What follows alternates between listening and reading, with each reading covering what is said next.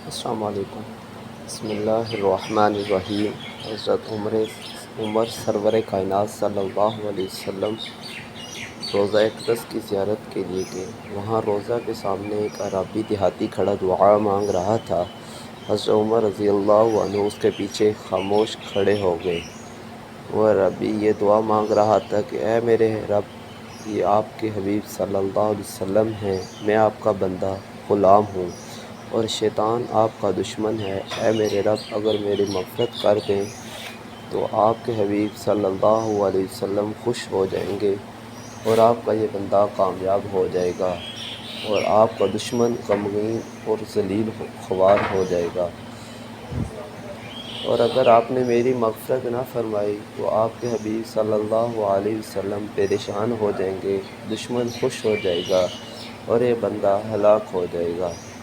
آپ بہت کرم و عزت و شرف والے، اس بات سے بہت بلند و بالا ہیں کہ آپ اپنے حبیب صلی اللہ علیہ وسلم کو پریشان، اپنے دشمن کو خوش اور بندے کو ہلاک کریں۔ اے میرے اللہ، شرفائے عرب کا دستور ہے کہ جب ان میں سے کسی سردار کا انتقال ہو جاتا ہے تو اس کی قبر پر اس کے تمام غلاموں کو آزاد کر دیا جاتا ہے، اور یہ تو تمام جہانوں کے سردار کی قبر مبارک ہے۔ مجھے ان کی قبر مبارک پر جہنم کی آگ سے آزاد فرما۔ حضرت عمر رضی اللہ عنہ نے بھی اونچی آواز میں کہا، اے میرے رب، میں بھی یہی دعا مانگتا ہوں جو اس عربی نے مانگی ہے، اور اتنے روئے کہ داڑھی مبارک آنسوؤں سے تر ہو گئی۔